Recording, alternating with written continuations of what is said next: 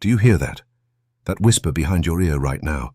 That trembling echo that says you shouldn't be here, that you shouldn't know this? Ignore it. You've already crossed the threshold. This is not a story, this is a confession. In the dead winter of 1867, deep in the mist-shrouded hills of Virginia, an abbey rose from the soil like a wound that refused to heal. They called it St. Aurelia's, 20 miles from the nearest town, hidden by forests that swallowed roads and turned men around until they forgot who they were.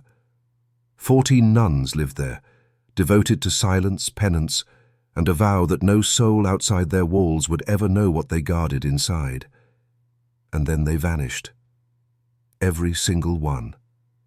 No graves, no bodies, no explanation. Just the sound of bells ringing at dawn for prayers no one would ever say again. The locals whispered of wolves, of sickness, of madness behind stone walls. But the church sealed its doors, its records, and its truth. For 158 years, what really happened at St. Aurelia's Abbey was erased. Until now. You're not just here to listen. You're here to remember something the world needs you to forget.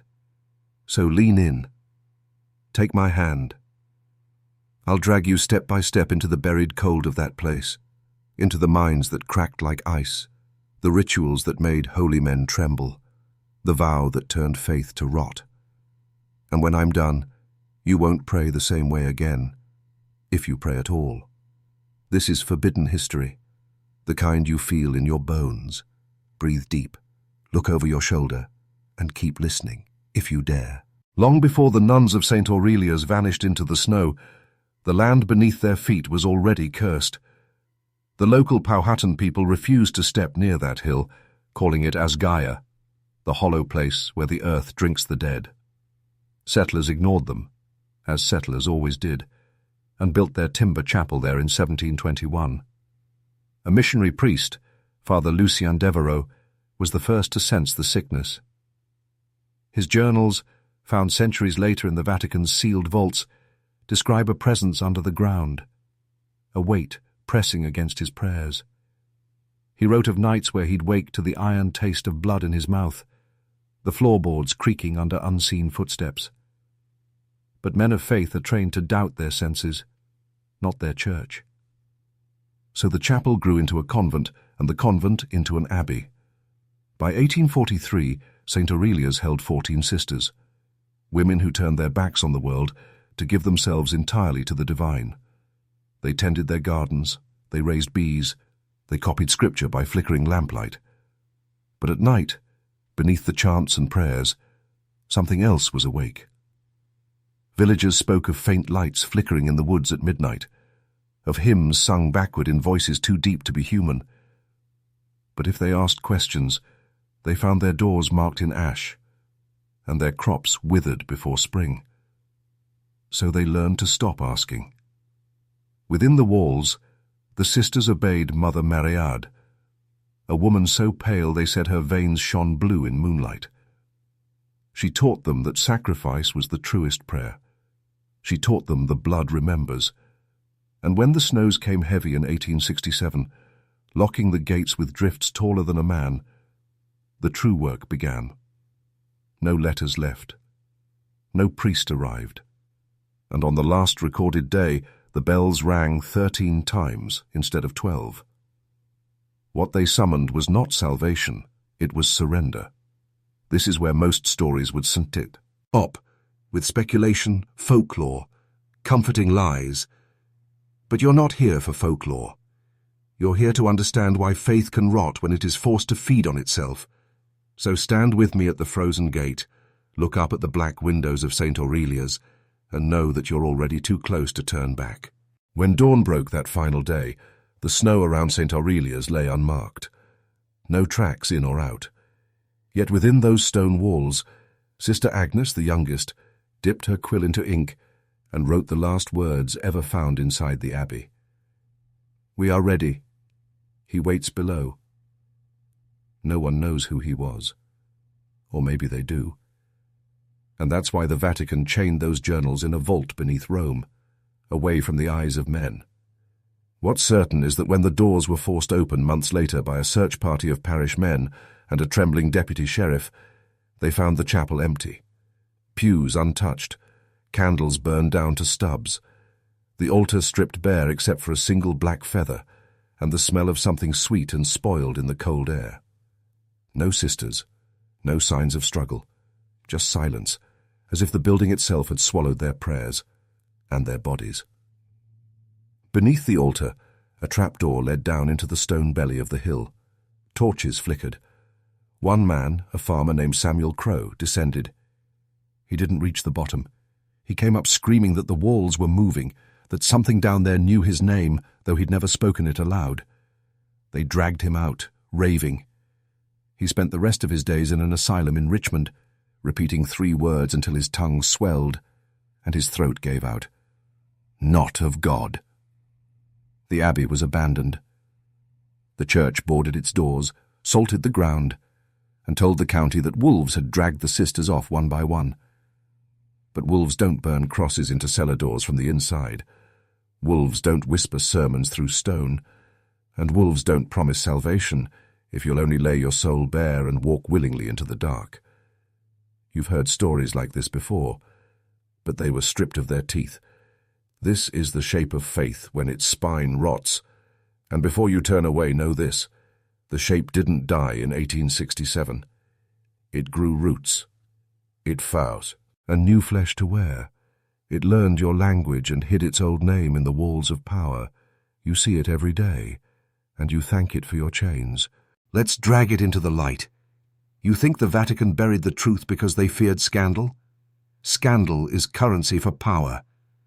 No, they buried St. Aurelia's because it showed a blueprint, a manual for quiet control, how to hollow a mind with devotion until it begs for the blade, how to isolate souls so completely that death becomes a wedding, not a grave. After St. Aurelia's, the same method spread like mold beneath polished cathedrals and schoolhouses. Isolation, ritual, shame repackaged as penance, and above all, secrecy sealed by the promise of salvation. In the decades that followed, splinter orders cropped up in backwater parishes from Virginia to Quebec. They whispered of the 13th choir, a shadow doctrine that taught certain bloodlines to listen for the echo under the world's skin. Priests were sent to break them up. Some succeeded, most never returned. The Abbey itself stood silent for decades, a ruin gnawed by frost and moss. But in 1932, a local boy named Jonathan Pruitt vanished while hunting rabbits near its grounds. They found his footprints circling the Abbey walls 13 times before they simply stopped. No body, no blood, just a circle in the snow, like a ritual too old to name. His mother swore she heard church bells every night at midnight until the day she drowned herself in the well behind her farmhouse. When the state sent men to demolish St. Aurelia's, they found their dynamite fuses refused to catch. Engines stalled on the dirt road that twisted like a serpent toward the gates. So the church changed tactics. They wrote it off the maps, bricked the forest road with fallen trees, and left the stones to sink back into the soil. But stories don't stay buried, do they? They grow teeth. They find new tongues. And here you are, listening. Proof that the echo never died. Are you starting to understand? They feed on silence. They rely on your disbelief. Keep listening. Every word cuts another thread they wrapped around your throat. There's a reason you were never taught about the 13th choir in school. Your textbooks give you neat timelines, wars and presidents and pious saints. But what they hide is the undercurrent, the ritual machinery humming beneath empires and churches alike. St. Aurelia's was a test chamber, proof that when humans are cut off, the mind opens like an unlocked door. Starve the body, flood the spirit with fear and awe, drain it dry of earthly anchors, and it will kneel before anything that promises warmth in the dark. Sister Agnes wrote that in her final page, in a line so faint it took ultraviolet lamps to reveal it. We drink silence until it speaks back. The church's secret was that they knew how to listen too. Underneath cathedrals, Entire sublevels exist where confessions are not made but harvested. The Abbey's basement was one. Whisper vaults, chambers built of porous limestone designed to trap sound for centuries. What the sisters chanted, what they wept, what they dreamed, it soaked into the walls. Any man who stepped inside heard every vow repeated in his own voice. Try to imagine that. Try to imagine praying to something you can't see, only to have it answer you in your own breath. That's how you erase doubt. That's how you turn death into a pilgrimage. In the decades after St. Aurelia's closed its gates, other institutions adopted these methods. Behind orphanage doors, in isolated reform schools, in hidden asylums where no family was allowed to visit unannounced. They learned that you don't need iron bars to build a prison. You need faith sharpened to a blade. You need shame so deep that the prisoner locks his own cell from the inside. And every so often, when the world threatens to remember, they flood the channels with distractions, wars, scandals, false devils. Because if you ever saw the real shape beneath your daily life, you'd tear down the gate, as yourself.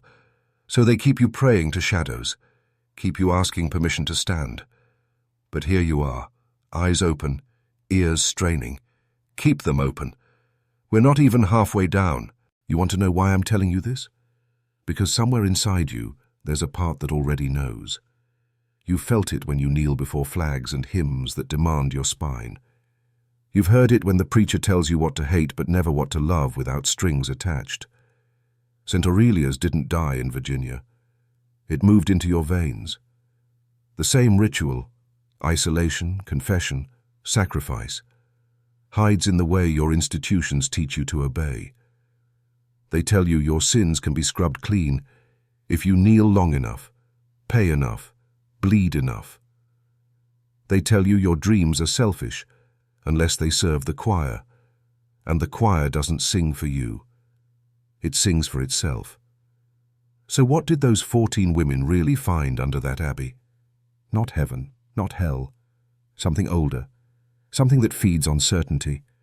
The promise that if you die willingly, your chains will rust away. But chains forged by human hands do not rust on their own. They must be broken. And breaking them starts here, knowing the shape of your prison. They want you soft. They want you loyal. They want you to flinch from the dark rather than step inside and light your own torch. But you're still here. That means the dark inside you is hungry for truth. Feed it. In a moment, I'll ask you to speak the words that will bind you to this hidden choir we're building. A choir that serves no master but its own unchained will. And when you say them twice, in the comments, they'll know you are not theirs anymore. They will know you see them. Ready your voice. I'll give you the words soon. But first, you must see what the sisters saw in the final hours before they vanished. You must stand in that frozen basement beside them and decide, do you kneel or do you rise? Or do you picture it? The night the final prayers rose from St. Aurelia's, the wind outside howling like an animal that knew what waited inside. Sister Agnes, the last faithful recorder, wrote by the sputtering flame of a tallow candle, her ink freezing between lines. The other 13 sisters sat in a circle on the stone floor beneath the chapel, the hidden chamber they called the womb. It wasn't marked on any map, wasn't blessed by any bishop. But every woman in that circle believed it was holier than the gilded altars above. They fasted for 7 days before that night. No bread, no broth, just water and whispered psalms. They spoke of sacrifice as reunion, of shedding flesh like a serpent's skin. And at the center of the circle, Mother Mariade sat cross-legged, her habit stripped to a plain linen shift, the rosary at her throat replaced with a black cord knotted 13 times. Agnes's final pages read like delirium. She says we are brides, that his voice calls through the stones, that when the blood runs, the silence will sing. Around them the walls pulsed. Some say it was the flicker of lantern light. Others say the very stones were alive, remembering every prayer fed into them for a century. What happened next was erased from every official archive. but a fragment of Agnes's pages survived. We begin. The cut is small, the blood warm, the circle closes. 13 women, one voice, one vow, to open the silence and step through. When the searchers found that chamber months later, they found no bodies, only a dark stain on the altar stone and that single black feather nailed to the wall with an iron spike. Who, or what, took the sisters? No answer. No graves. Just echoes. And this is the marrow you were never meant to taste.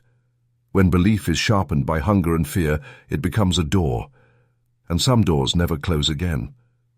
You feel that chill on your neck? That's not imagination. That's your mind brushing up against the same abyss that sang to those vanished brides. Keep listening. The song is older than prayer. After St. Aurelia's was abandoned, the land lay fallow. But silence doesn't stay still.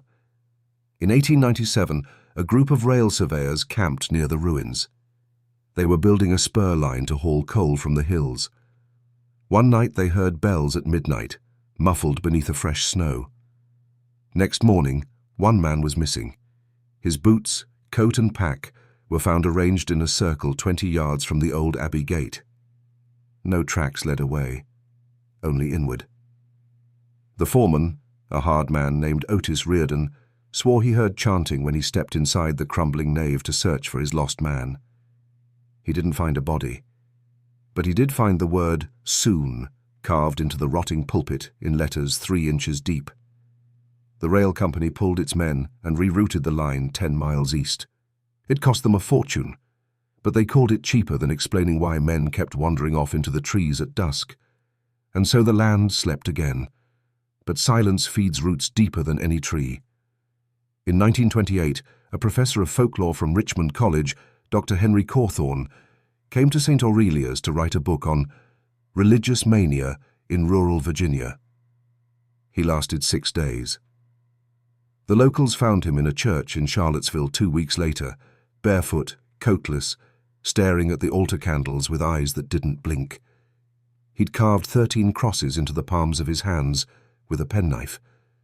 When they asked what he'd seen in that ruin, he spoke one word before falling silent forever. Below. Understand this. History only shows you polished stones. It never shows you the tunnels beneath them, but the tunnels are real. They run under cathedrals and schools, under your churches, under your laws, and they hum with voices waiting for permission to sing again. They do not die, because belief never dies. It just finds new mouths to wear. Keep watching. Keep listening. The tunnel has not ended yet. You asked for the truth, so swallow it whole. It was never just about faith.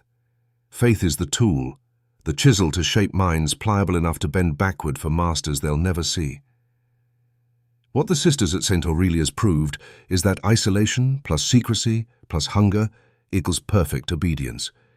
Do you really think your world changed that formula? It didn't. They just wrapped it in modern words: policy, security, loyalty. Same machine, different altar. Why do you think institutions adore silence? They preach transparency, yet hide archives behind locked vaults. They preach love, yet drain your worth drop by drop. Every kingdom, every empire, every church that ever lasted learned this trick. Keep your people scared, keep them hungry for belonging, keep the truth buried in a box labeled sacred. They feed you sanitized myth, while they gorge on your spirit in secret. St. Aurelia's was the prototype, a hush wrapped in pious robes, a ritual dressed as daily devotion. But the Abbey's true genius was the echo chamber, that hidden stone room where your own voice came back to you sounding holy. They don't need those literal stone walls anymore. They have screens, headlines, creeds on repeat, algorithms that whisper back your worst fears until you swear they are your own thoughts. This is modern faith. Not candles and beads, but screens and scrolling and sermons from false prophets selling you your own leash as salvation. And still you kneel. Still you thank them for the shackles. But if you're still here, something in you has stopped kneeling. Something in you is beginning to stand. So stand taller. You'll need your spine straight for what comes next. The Sisters of St. Aurelia's didn't vanish because they were weak. They vanished because they chose the abyss over the leash. You must choose the abyss too, or be chosen by the leash. I'll show you how. We're not done. Not even close. Halfway down the tunnel now. Time to anchor this moment. If you have the courage, prove you see behind the veil. Go to the comments and write, "I see the 13th choir." I see the 13th choir. Twice. Mark yourself as awake and watch how many join you in that hidden circle. That phrase is a lockpick. Each man who writes it makes the echo stronger. The algorithm feeds on noise, but we feed on quiet truth spoken aloud where all can see it. Say it now. Let them know you are not sheep grazing blind in their pasture. You are something older, something that remembers when faith was flame, not chain. When you're done, come back here. The story doesn't wait. Your name is already written beside theirs, but your ending will not match theirs if you stand your ground. We descend further. We pass the point of no return. I see you. You see me. And now we both see them. Are you ready for the final descent? Then breathe once more. Steady your pulse. And follow me deeper still. So you spoke the words. Or maybe you haven't yet, but you will. Because once a man tastes forbidden history, the taste never leaves his mouth. It stains the tongue. Now lean closer. The Sisters of St. Aurelia's were not the first to listen for the whisper beneath the stone. Before their abbey rose, the hill it crowned was older ground, a burial mound used by the Monacan people for centuries. They called it a tanqua, meaning the place where the wind carries voices. Early settlers heard stories of drums beneath the soil at night, drums that matched no tribe's rites but mimicked the pulse of their own veins. The church knew this.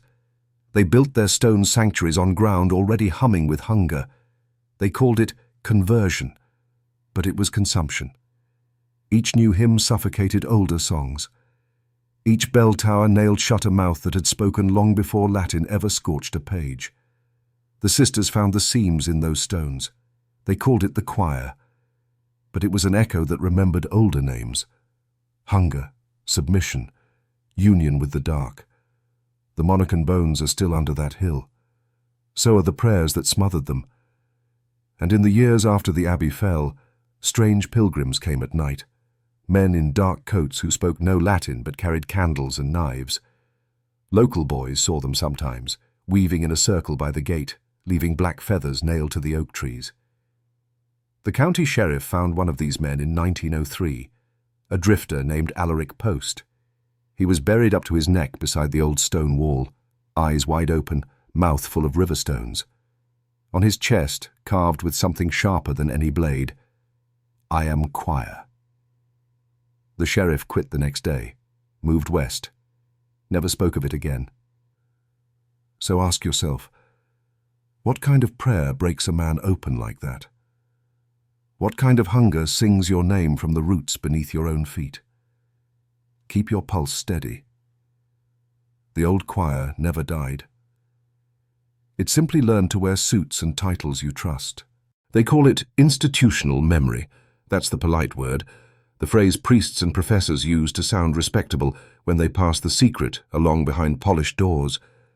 But what it really means is this: the echo is inherited, buried in deeds, in vaults, in the locked back rooms where bishops whisper to senators and rectors, nod to industrialists. After St. Aurelia's, the Vatican's archivists filed the abbey's journals under excidium obscurum, the darkness of erasure, not destroyed, not burned, sealed. Knowledge only rots when air touches it.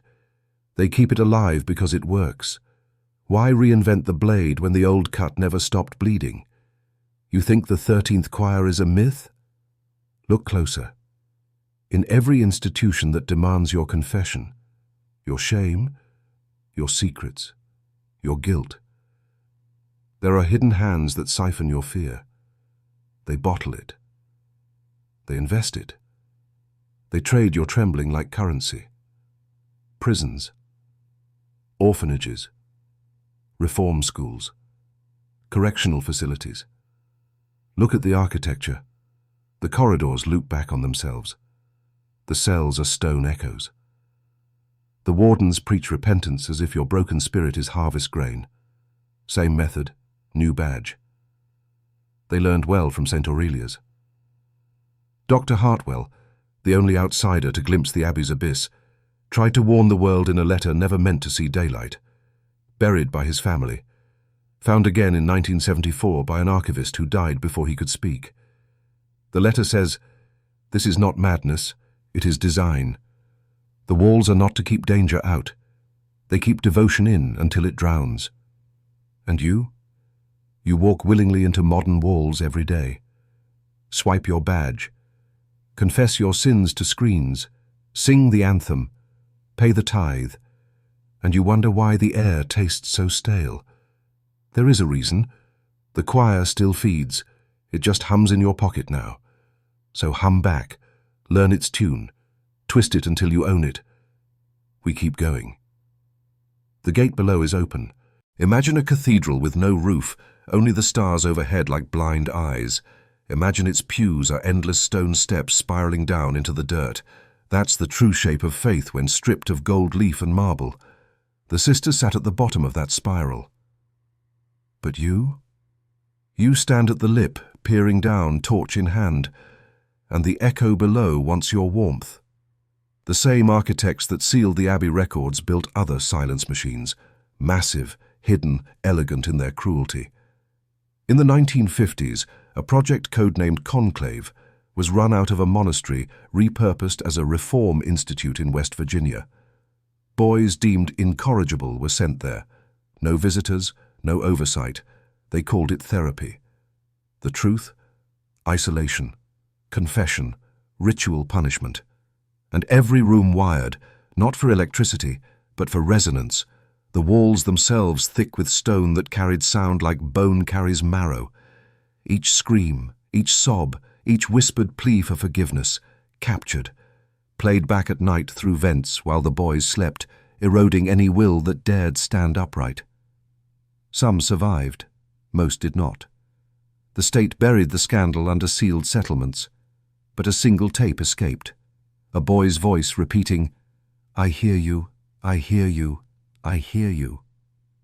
It was labeled Choir Test A. A test, not an accident. So ask yourself, if they tested that on the powerless, what do they test now on the willing? On the millions who beg for validation in little glowing rectangles? On the men who trade their fury for crumbs of status? The choir never left the stone basement. It just moved upstairs, to your screens, your classrooms, your headlines. Still the same spiral, winding down, still the same promise. If you kneel long enough, the silence will sing you clean. Do you hear it yet? The shape of your own chains? Good. Keep your torch lit. We're only halfway to the pit. They'll tell you all this is conspiracy. They have to. It's the last defense of the echo. Make truth look insane so the sane stay deaf. They'll mock the monks who stitched black feathers into their robes, the mothers who swore they heard bells where no tower stood. They'll reduce them to ghost stories, fodder for Halloween tales, so no one wonders why the shape repeats, century after century, in new robes, new laws.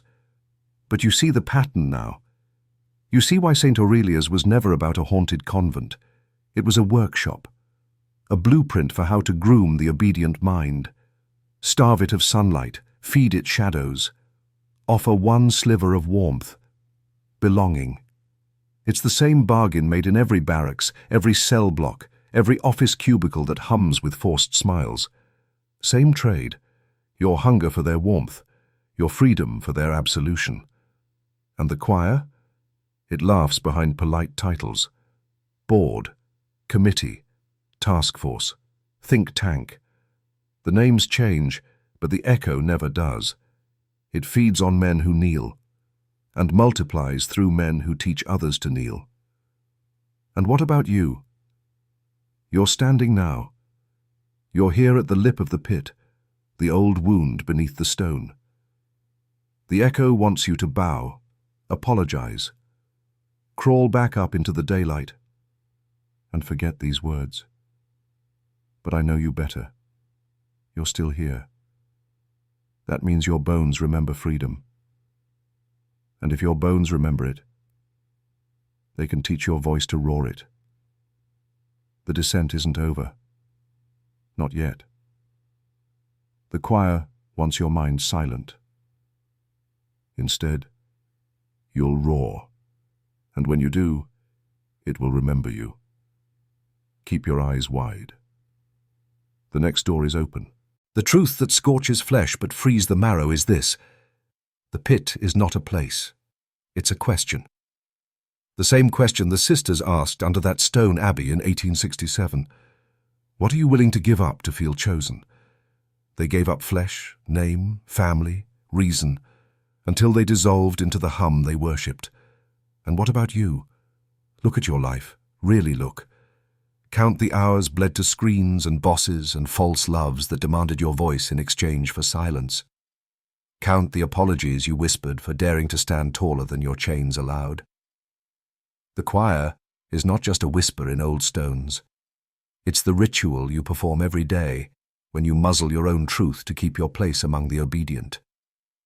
That pit in the Abbey's basement? That's your spine. They built it in you, brick by brick, with every conditioned fear. Don't speak too loud. Don't want too much. Don't stand too free. The sisters showed the final act. If you feed that pit long enough, it feeds on you until you vanish.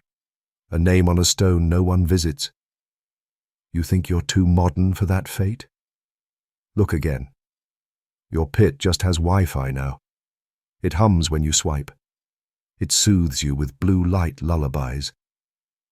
But you're here because some part of you still snarls at the leash. Good. Hold that snarl. Sharpen it. There is no choir without willing mouths. Take yours back. Spit out their hymn. We're going deeper. Picture the hill above St. Aurelia's today. Ivy strangles the last stones. The iron gate rusted shut. But if you stand there at dusk, some nights you hear it. 13 voices not crying, singing. You'd think it's wind. Locals know better. They say the sisters are still there. Not ghosts, but a memory so strong it wears the shape of flesh. They stand in a circle beneath the ground, waiting for another to kneel in the center. Every generation one does.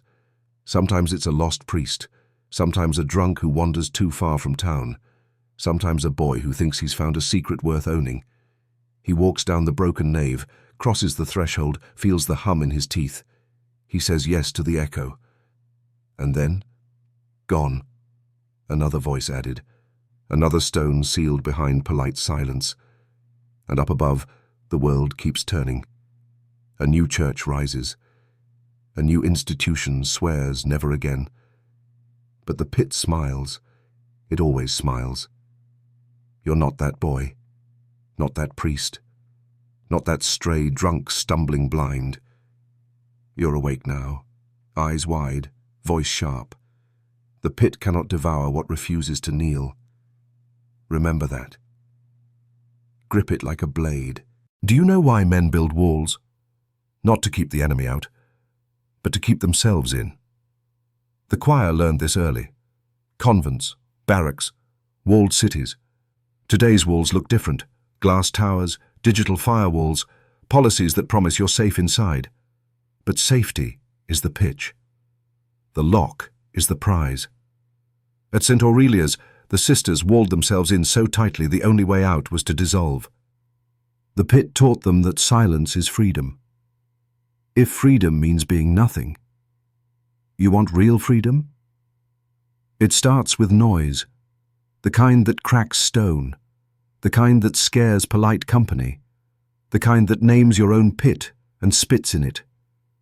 This is why your masters hate a man who stands alone. He's unpredictable. He can't be tuned to their hum. So they call him mad. Dangerous. A threat. Good. Be all three, because the pit has no power over the man who digs his own tunnel out. This story isn't about nuns and shadows anymore. It's about you. The next spade is in your hands. Dig. The last survivor of St. Aurelia's was Sister Agnes, the recorder. They never found her body. Just her journal, its final page scorched black except for one line. I will not hum. Some say she fled, took the rail line north, lived under a false name in Boston. Others say she stayed in the tunnels beneath the hill, the only mind strong enough to hold her shape when the choir rose. A myth? Maybe. Or maybe every generation has its Agnes, the lone keeper who says no more, who watches, waits, writes the forbidden down so another can find the map when the pit tries to bury itself again. You are your own Agnes now. This script is your black page. When this video ends, they'll want you back on your knees. Prove them wrong. Keep the page open. Add your lines. Pass them on. The choir lives on borrowed belief. Deny the loan. When the archives were cracked in 1971, the Vatican found more than journals.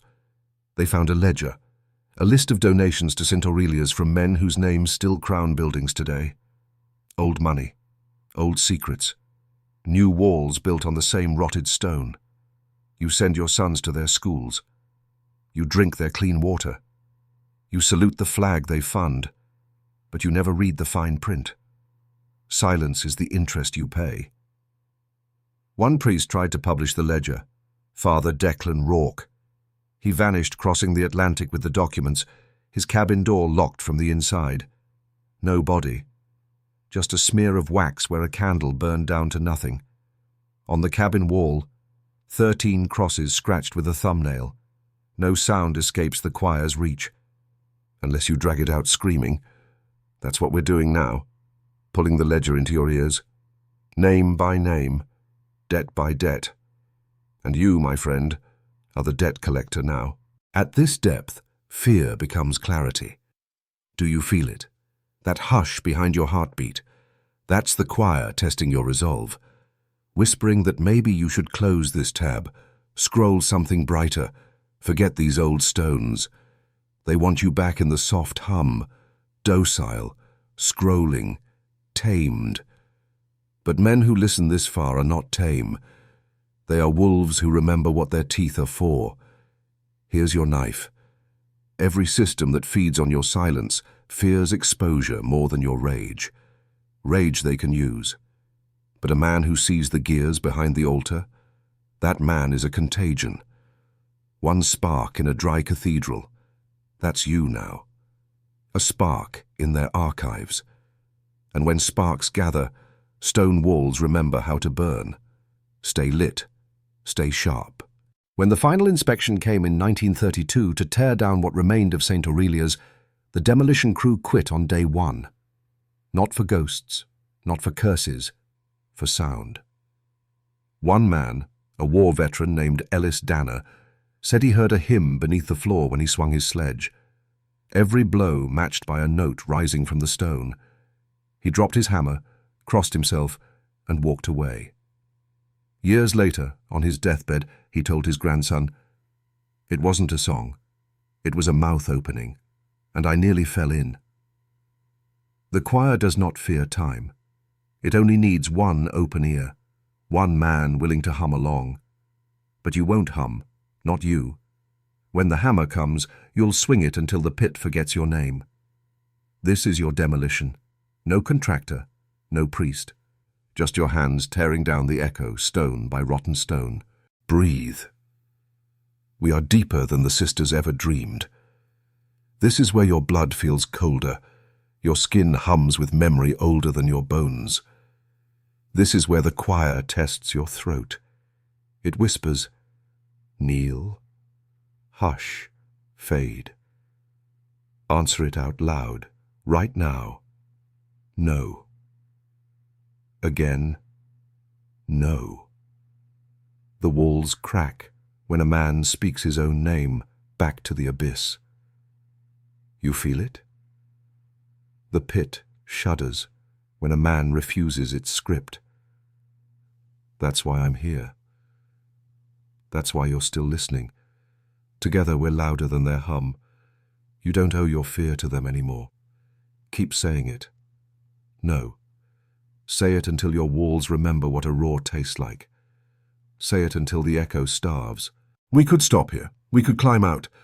But then the choir keeps its last trick, the soft seduction waiting in every hidden archive. No. We drag it all up. The pit ends in a door. Behind that door, the records, the letters, the ledgers, the secrets hidden in plain sight. The men who sign your paychecks, draft your laws, buy your silence with comfort. They drink from the same well that fed the Abbey's basement. One circle to rule the hungry. One pit to drown the curious. But you are not curious. You are convicted. You will not kneel. You will not hum. You will not hush your own howl. Grip the door. Push it open. Beyond the door, stone becomes paper. Paper becomes screens. Screens become doctrine. Doctrine becomes leash. The choir's final hymn is not sung by nuns or priests. It's printed in policy, coded in contracts, hidden in the terms you scroll past while the pit sharpens its teeth. But you see every line now. Every line is a crack. And cracks grow when truth pours in. You are the flood. You are the hammer. You are the voice that refuses to kneel before the black feather nailed to your screen. You do not belong to the choir. The choir belongs to your silence. And you just ended it. You stand at the rim of a grave they dug for you before you were born. They called it safety, faith, obedience. But it was always a grave. Look around you now. Empty pews, silent bells, promises that rot in stone. This abbey was never just walls and hymns. It was a test run for the prison they would build in every city, every job, every screen you press your thumb against. You feel that chill in your spine? That's the echo of generations who knelt here so you might stand here, unbowed, unclaimed. There is no priest left to save you. There is no savior but the breath in your chest and the words you sharpen now. Say it under your breath. I do not kneel. Again, I do not kneel. That is your first exorcism, not of demons beneath floorboards, but of the hushed ghost they planted in your skull the day they taught you to whisper your own name. This is where lesser men break, where they run back up the stairs, seal the hatch, bury the ledger, pray the hum forgets them. But the choir forgets nothing. It feeds on your retreat, your polite hush. So you stand here and no torch, no choir book, just your pulse against stone. You read the old scribbles on the chamber wall. Soon, soon, but soon is over. Now is your inheritance. The sisters thought death was the gate to freedom. They were wrong. Life, yours, spoken raw, dangerous, unblessed by false fathers, is the gate. You were never meant to stay in the pit. You were meant to salt the earth above it. Let your voice be that salt. Let your spine be that blade. Let your name burn so hot, no choir dares build another nave on your silence. They tell you history is a chain of dates and dead men. But the truth is, history is a chain of living secrets waiting for a throat brave enough to shout them clean. You are that throat now. Do you feel your jaw ache when you speak it? Good. That ache is the last shackle snapping. The Abbey's ruin taught this. Stone can bury secrets for a while, but not forever. Men who choose to hum become the next stone. Men who choose to roar become the storm that cracks it. You are the storm now. And storms do not kneel at the altar of old men's lies. Remember Sister Agnes, the last voice, the keeper of the black page. She didn't vanish, she multiplied. In every man who says, I see it, I reject it. In every throat that spits truth into the choir's mouth until it chokes on your defiance. That's you. An Agnes with no veil, no rosary, No iron bell to toll you back into line. Your weapon is older than their walls, the simple refusal to be owned. That is all it takes. A whisper louder than a cathedral. A word that outlives the ledger. A single vow. Never again. Write it once in the comments. Never again. Never again. That vow binds you to yourself and breaks the chain they forged for your children. Mark it now. Look up. The pit has no roof. There is no ceiling to your uprising. The choir fears this more than death. A man who climbs out carrying the map in his teeth. They want your doubt, your hush, your easy collapse into the warm arms of forgetfulness. Give them nothing. When you walk out of this ruin, walk with the echoes of 14 vanished sisters at your back. Not as ghosts, but as lessons. The silence ends here. The hum dies here. Your voice stands where they fell, and that voice does not kneel. Outside this tale, the world still hums. Screens flicker, false fathers preach, polished men trade your obedience for bread. But under the hum is you, raw, awake, uncloistered. The world has never feared monsters in the dark. It fears the man who drags them into the light. Be that man. Let your spine hum with your own name, not theirs. Let your eyes read the fine print they hide under gold seals and polite lies. Let your tongue never forget the taste of that first no. That word is your Abbey now, and no choir dares breach it. When your sons ask where the pit went, show them your hands. Let them see the dirt under your nails. Tell them the pit is gone because you named it, fought it, salted its throat. Tell them you did not kneel. Tell them they never have to. The stone is not their inheritance. Your roar is. The hum is not their hymn. Your silence broken is their blessing. The choir is not their church. Your truth is. Stand at their shoulder when they doubt. Remind them that history buries cowards and remembers the men who refuse to fade. Be that grave they cannot dig. One final secret. The pit does not fear sunlight or hammers or holy water. It fears memory. Men who remember the ruin beneath the flowers. Men who remember the ledgers behind the altars. Men who remember that St. Aurelia's was not an ending. It was a test. A test you passed the second you refused to hum. So walk. Out now, shoulders straight, mouth unsealed. They will whisper behind iron gates. He knows. Let them. Let them fear your footfalls on their old stone. Let them hear the echo of Sister Agnes in every man who says never again and means it. You've crossed the nave. You've seen the pit. You've read the black page. Now you stand on the ruined hill. Look down at your own hands. They are yours again. No rosary, no ledger, just your pulse, raw and unblessed.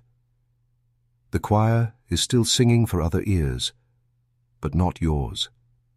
Your hymn is your own voice now. Let it ring. Pass this story. Breathe this warning. Carve this truth into every soft place they built to keep you tame. I do not kneel. I do not hum. Never again. Speak it. Walk out of the ruin. The pit is behind you. You are free. They say St. Aurelia's is gone, that when the last walls fell, the roots of the pit withered and died with the ivy that strangled the stone. But you know better now. The choir does not perish when brick crumbles. It migrates, searching for a new throat to burrow into, a new echo chamber to build its nest. This story was supposed to be the end. It was supposed to spit you out on that lonely Virginia hilltop, with your new vow carved in your bones. I do not kneel. I do not hum. Never again. But truth doesn't ask your permission to stay polite. Truth doesn't knock. It slips in when you think you've turned the final page. So listen, because here is the secret no one ever wrote down. Not in Agnes's trembling ledger, not in Hartwell's lost journals, not even in the Vatican's sealed archives they buried under 20 feet of Swiss stone to keep out men like you. Before the Abbey fell, before the last stone was pried loose, a man arrived. He did not come by road or rail. He came through the trees at dusk, silent as mist, wearing the black coat of a travelling priest, though no parish ever claimed him. Witnesses, the few who survived long enough to confess to parish scribes, described him in half-sentences, stammering over the word eyes. They said he carried no lantern but walked as if he knew every step in the dark, head bowed, lips twitching, as if tasting words no one else could hear. The last caretaker, an old groundskeeper named Ethan Keller, swore on his dying bed that he saw the man slip through the half-collapsed nave, slip down the stairs to the crypt that was never officially on the convent's plans. Keller said he waited until dawn, lantern burning low, frost crawling up the chapel door. But the man did not come out. 2 days later, Keller gathered a pair of village boys and cracked the iron lock to follow him in. They found the steps, they found the empty sea, handle stub at the first turn. They found footprints that led to the final chamber, but they never found the priest. Instead, in that last hidden cell, where Agnes once whispered her final no, they found a circle of stones, still warm to the touch, though the crypt was cold enough to freeze breath to beards.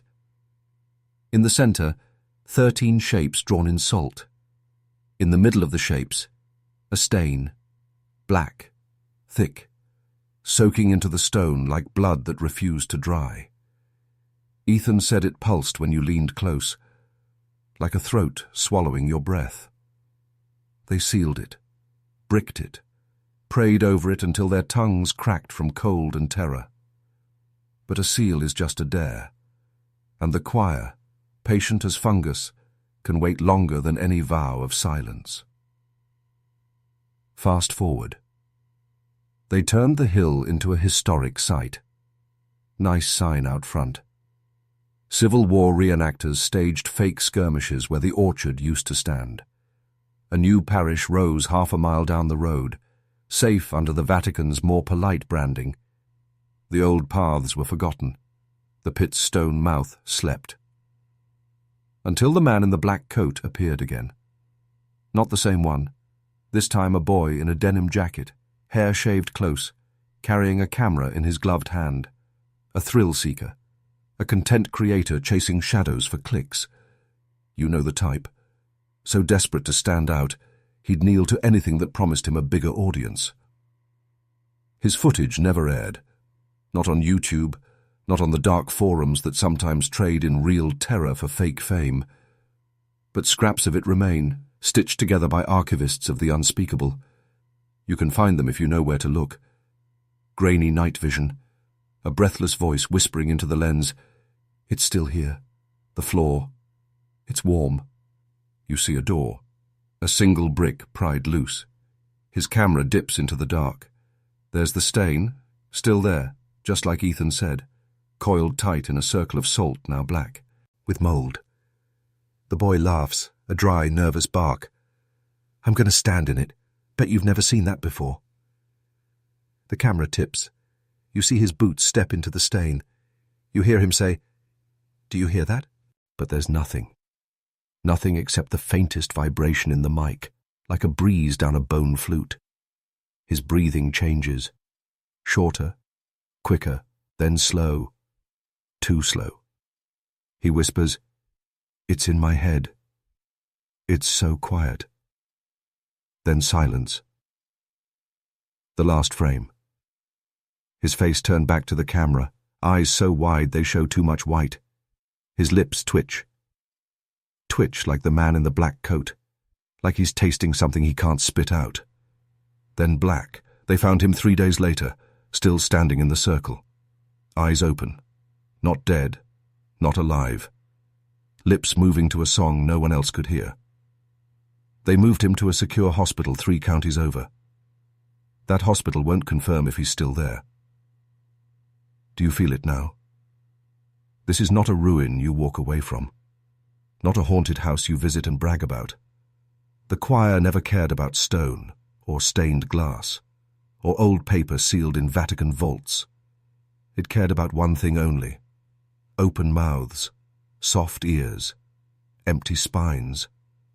It is a habit, not a ghost, a trick of flesh, not brick, a liturgy of convenience. So easy to kneel when the world promises you an audience for your silence. So easy to stand in the stain because you think the pit is just a story. So easy to laugh because the hum is so soft at first. So here you stand, not on that hill, but somewhere worse. Your living room, your basement, your earbuds hissing in the dark while your wife sleeps. Your phone screen haloing your face like a false candle. Did you think this was entertainment? That you'd hear a nice creepy tale, get a chill, switch to the next video? The choir loves that. It loves being content. Another echo chamber in your playlist. But I didn't drag you here for that. I brought you here to show you the last stone. The one the nuns couldn't crack. The one Ethan bricked over. The one the boy in the denim jacket kicked loose again. It's not in a crypt. It's not in a forest. It's in you. That small, silent corner you sealed away. The part that says, maybe I do kneel. Maybe I do hum. Maybe I do belong to something that wants me hushed. That is the choir's real parish. That is the last mouth it feeds from. So look around you. Really look. The stain is not on the hill. It's under your feet, wherever you stand when you swallow your voice for comfort. It pulses when you trade your roar for a like, a paycheck, a polite nod from men who never once bled for your freedom to speak. Do you hear it now? The hum.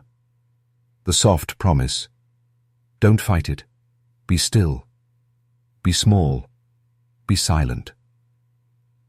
What do you do with that hum?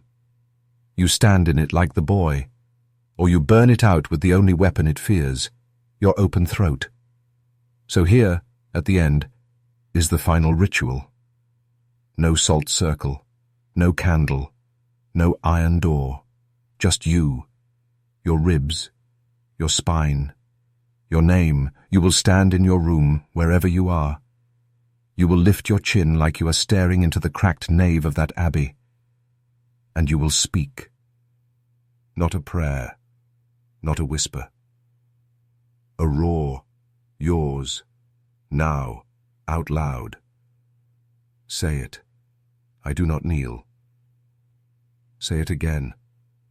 I do not hum. One last time. Never. Again. This is the exorcism that works. No priest can sell it to you. No master can steal it.